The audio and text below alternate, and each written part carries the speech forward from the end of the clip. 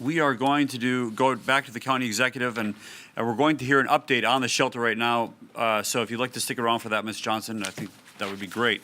There seems to be, before I turn it over to the county executive, there seems to be, at least to my office, we've been getting a lot of correspondence, a lot of interest in the animal shelter, and I know the board has been interested in this as well. But some concern that the project isn't moving along as quickly, or maybe there's some issues. But from what we understand, I think what you're going to tell us is that everything's right on track. So if the community could please, if you could share this presentation with others in the community who are interested in the animal shelter issue, that would be helpful, because this is moving right along. But Mr. Martino?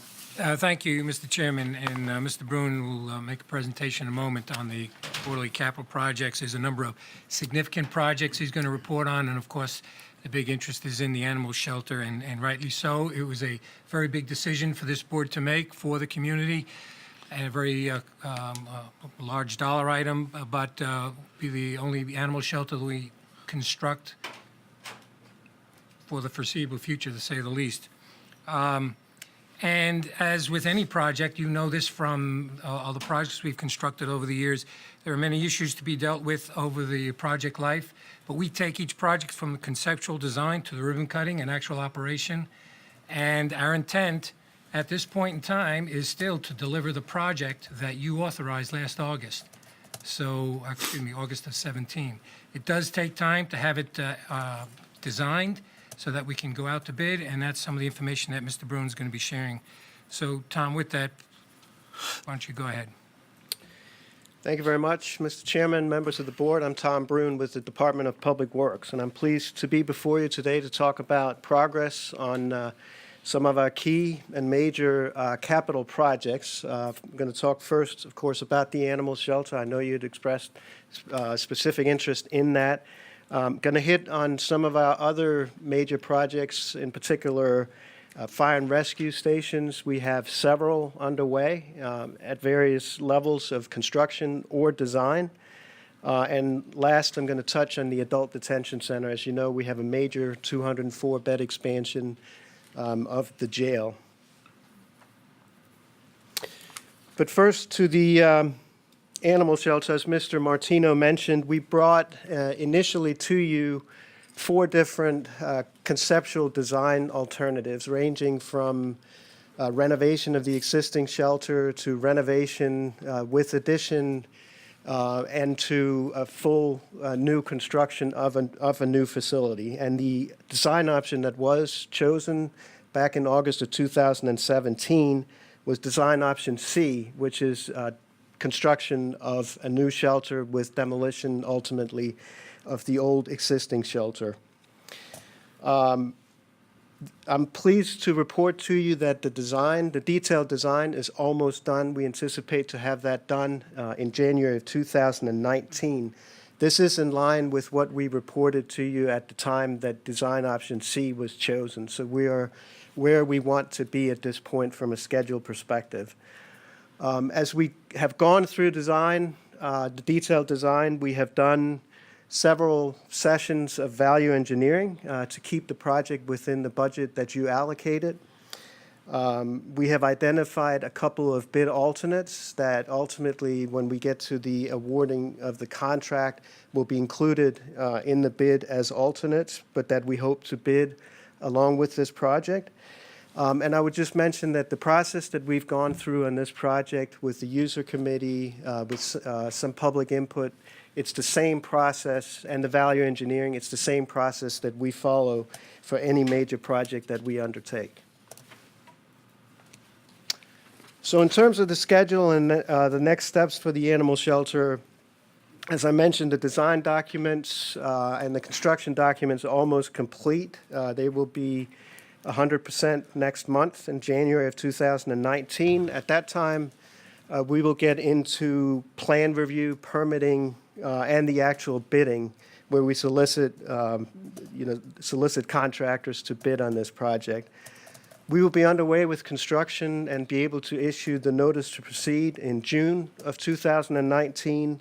and we anticipate that that construction will go through January of 2021. And again, this schedule is in line with what was presented to you back in the early fall of 2017. Move-in is expected by February of 2021. At that time, we would begin some other work on the site, including demolition of the existing animal shelter facility. So at this point, if there are any questions specific to the animal shelter, I'll be glad to address them at this point. I can wait till the end of the presentation, but my next slides are going to be related to Mr. fire Noe? and rescue stations. Mr. Noe? Thank you, Mr. Chairman. Mr. Bruin, I guess I'll sort of ask the question. The chairman referenced he's gotten calls in his office. I've gotten mine. There's some rumors out in the community that we are backing off of this project, or that we're designing an animal shelter that's less likely to serve the needs of the animals and the staff than that which the board approved, was about a year ago when we adopted option C. Can you speak to that? I mean, you're obviously further along than we were a year ago. Design-wise, what is this shelter going to look like relative to what the expectations that were created were when we adopted option C? There are changes made in this project as we go through the iterations of design. Design is inherently an iterative process, where as you hit milestones in the design process, you pause, you get professional estimates done, you do your value engineering, you make decisions about finishes, about equipment, but in terms of the service of this facility, in terms of the concept, we're implementing design alternative C that we presented to you back in the fall of 2017. So there are design decisions that get made to make sure that we stay within the budget. I hope that answers your question. Mr. Chairman? Ms. Lawson? Well, Mr. Noe, if you're not done, please. Well, I was going to ask. I mean, I think the thing that people are concerned about is largely. I don't think people are concerned about finishes as much as the number of kennels, the amount of space available, the ventilation system, the safety equipment, those kind of things, which bluntly in our current shelter is lacking. We don't have enough kennels. We don't have the safety equipment that we need. And the number of kennels and the space to provide services is the same that was presented to you back in August of 2017. Again,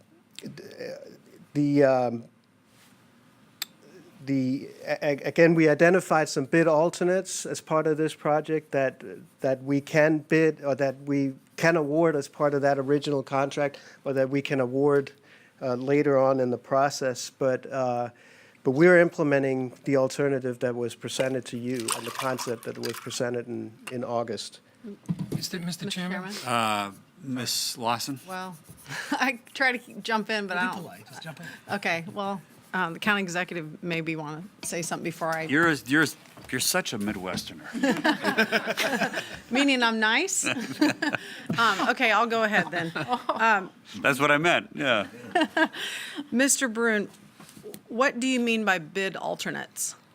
You've used that a couple times. I don't know what that is. They're basically things that are spelled out in the contract that we can choose to award at the time of contract or not, or award later on in the project when we know with more certainty that we can use the contingency funding that's set aside to implement those. So for the animal shelter, there's things like a portion of the parking lot that we were planning on paving could be kept as gravel in the short term.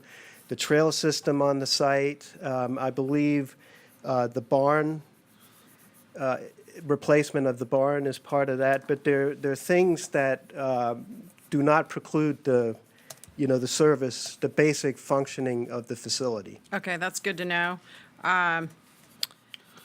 The square footage of Concept C was 28,000 square feet, if I remember correctly.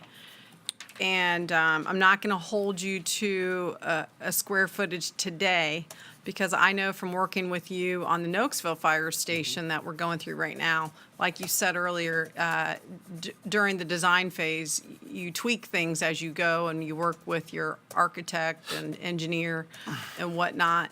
But it's my understanding that we're not that far off from the 28,000 square feet. Is that correct? That is correct. When we presented design option C to you in August of 2017, we were anticipating 28,105 square feet. The design as it currently stands is at 27,219 square feet.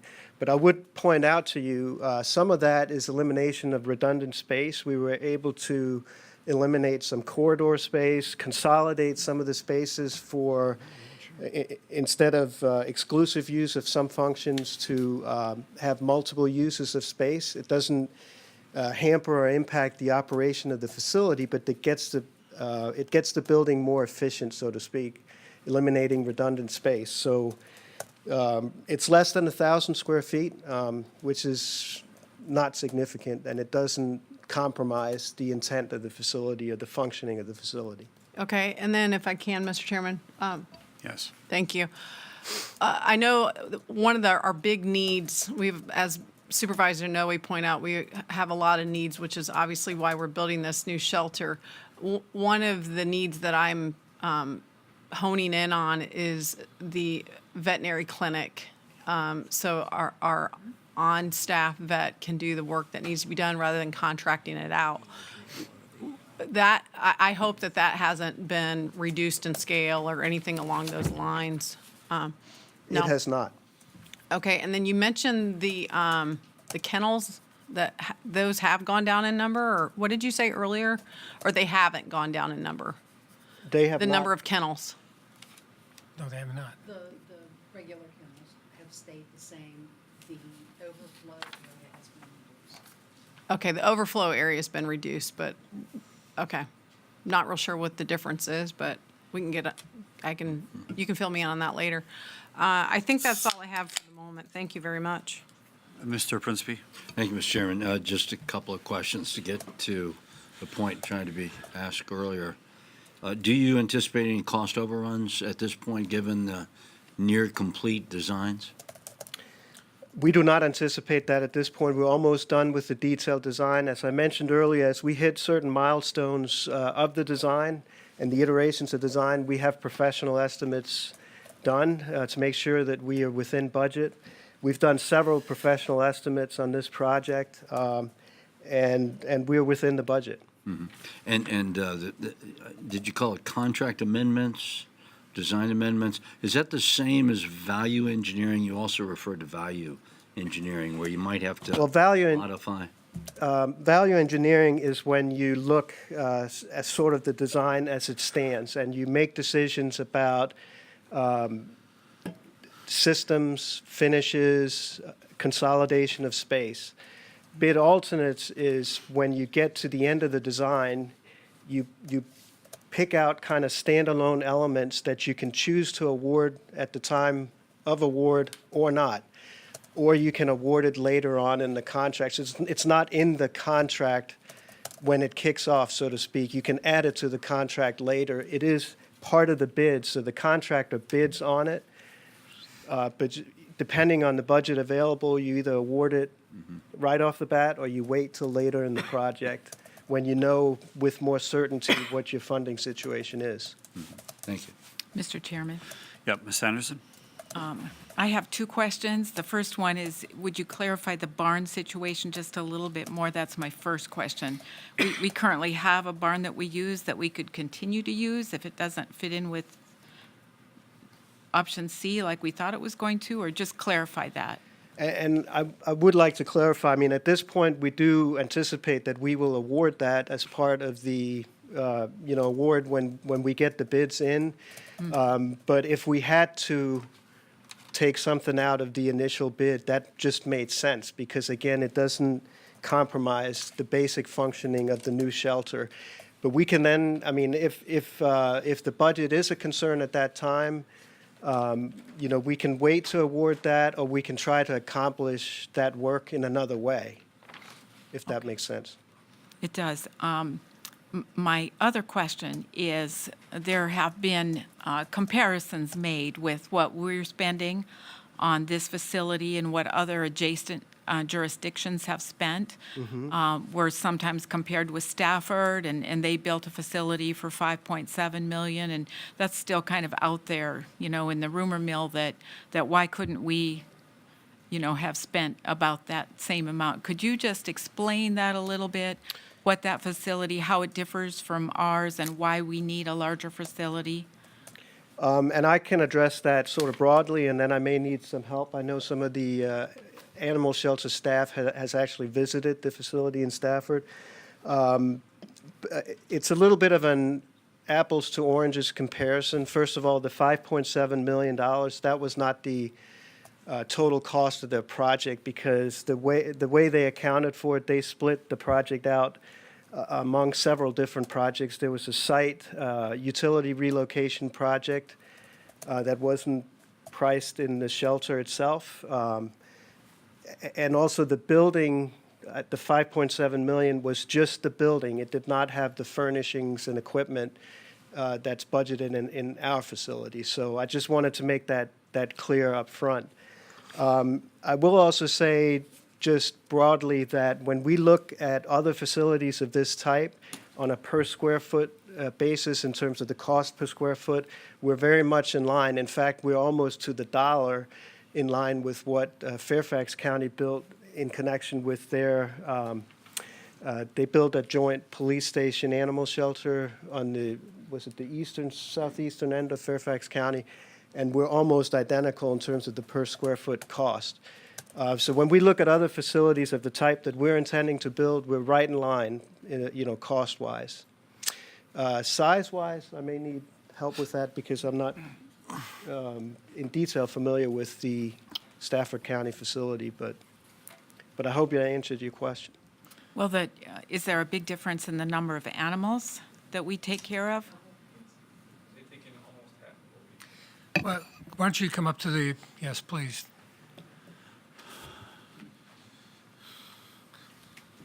I'm Anthony Cleveland. I'm the Animal Control Bureau Division Chief.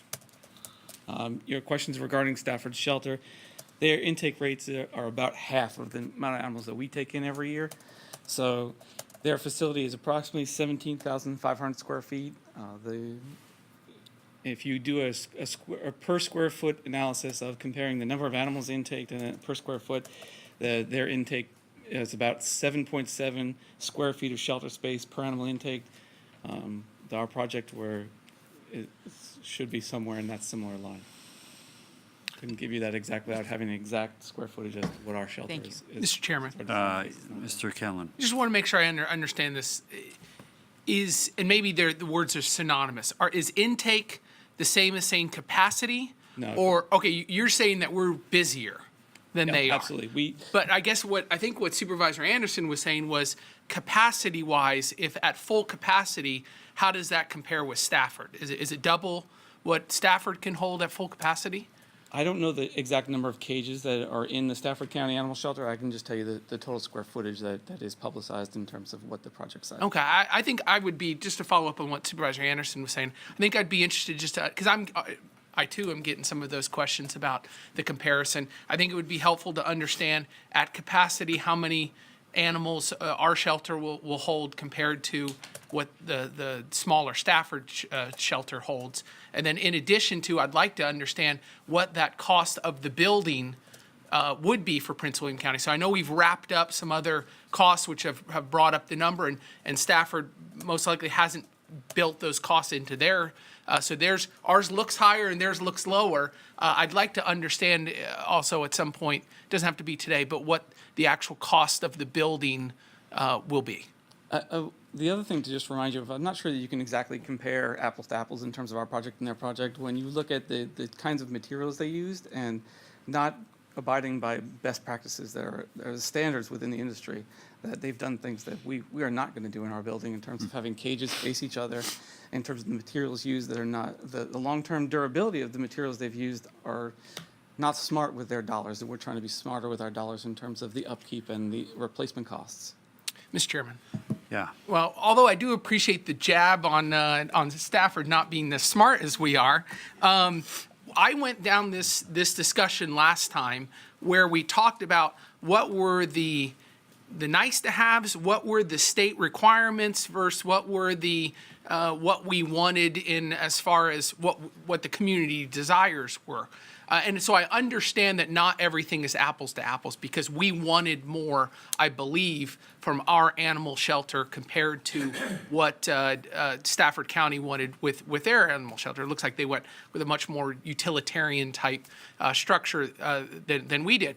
But I need to answer to my constituents, and the answer just can't be, well, it's wrapped up with a whole bunch of other costs, so live with it. I think it would only be appropriate if we gave them a cost of what the building was and then how much of the capacity that we're looking to have at the animal shelter. Again, I know we're planning on doing more with our building, but I don't think we can just dismiss some of the concerns that the community has. So I would like some of that information at some point. Mr. Chairman? Ms. Lawson? Thank you. First of all, Anthony, I've really enjoyed getting to know you. I'm very glad that you are at the helm of our shelter. So I just thank you, and I'm sure you're an integral part of this discussion. But I don't have a question for you. It's probably more for Mr. Brune. But with rising construction cost, we haven't gone to bid yet. We don't know. I guess you can probably anticipate what may happen, but what I'm predicting is, I shouldn't say I'm predicting, there's a possibility that we go to bid, and because of rising construction and labor costs, what we want and what this board voted to approve in September of 2017 and what the community is expecting may come at a higher bid than what is on the books, what's funded.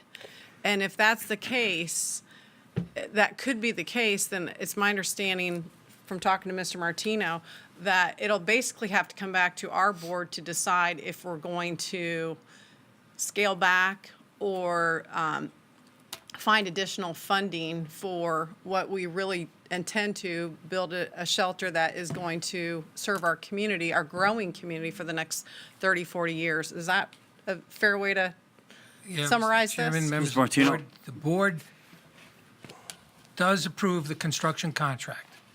So that has to come back anyway, whether we're on bid or over or under. So you will know about that when you approve that contract. And you are correct, if it came in at twice the cost, we'd be faced with putting it on the shelf or doing something different. But I don't expect that. We have some of the projects that Tom's going to get to, some of the fire stations, for example, have gone through the same process, and we've had to value engineer them back into the budget that we have been allotted to work with. And that's our intent, how we're going to approach this. Mr. Chairman? And Yeah, Ms. Lawson? Sorry, just to, I don't want to send a wrong signal to the public. When Mr. Martinez said put it on the shelf or do something different, I No. guess yeah, I don't want anyone to think that we're going to, for my 1/8, put this on the shelf. But I guess what I was going at is to send a message to the community that if the board needs to, depending on what the construction prices are when we go to bid, we'll have a discussion if we're going to have to find additional funding or scale back. But Right. we certainly made it very clear that we wanted a new shelter. We wanted it to have X, Y, and Z with it. But I think we also made it clear that we didn't want a shelter that had a whole bunch of bells and whistles. And that's what I appreciate from the staff, the value engineering and scaling back on the redundancy and things that you've addressed. And I would just like to add, if I may, that that's exactly why we do the professional estimates at different iterations of the design, is the professional estimators are very in tune with the rising materials cost, and we have seen that, but they're also looking at those trends and factoring that into the estimates that they do along the way. So we are as confident as with any project in terms of this project that it's within the budget. Right. Okay, great. All right, so let's, May I- Ms. Cadigan? I just really want to make a statement because everybody has said what the emails are coming into our offices, concerns, and so you're going to clear that up for us. You're saying that the design documents are going to be complete in January. So when you come back in January, we can let the public know that they will see the drawings and what it's going to look like? Will we have that in January? We can, absolutely, we'll have that available. Basically, when the design phase is over at 100% and the construction documents developed, that's when we submit them to building development for plan review and for permitting. We pull the permits for it, and then we bid it out, but we can make that available. Yeah, I think everybody would be interested. What is our shelter going to look like? A nice drawing of it would be Sure. very helpful. Thank you. Absolutely. Okay, great. Thanks a lot. Let's move on.